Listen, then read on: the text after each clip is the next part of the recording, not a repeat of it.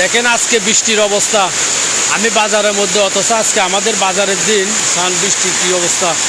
এমন বৃষ্টি হইতেছে যা বলার মতন না। আল্লাহ তাআলার রহমত। দেখেন এই বাজারে প্রতিটা দোকানদার আসি এখানে দাঁড়ায় রয়েছে। দেখেন এই দেখেন অবস্থা।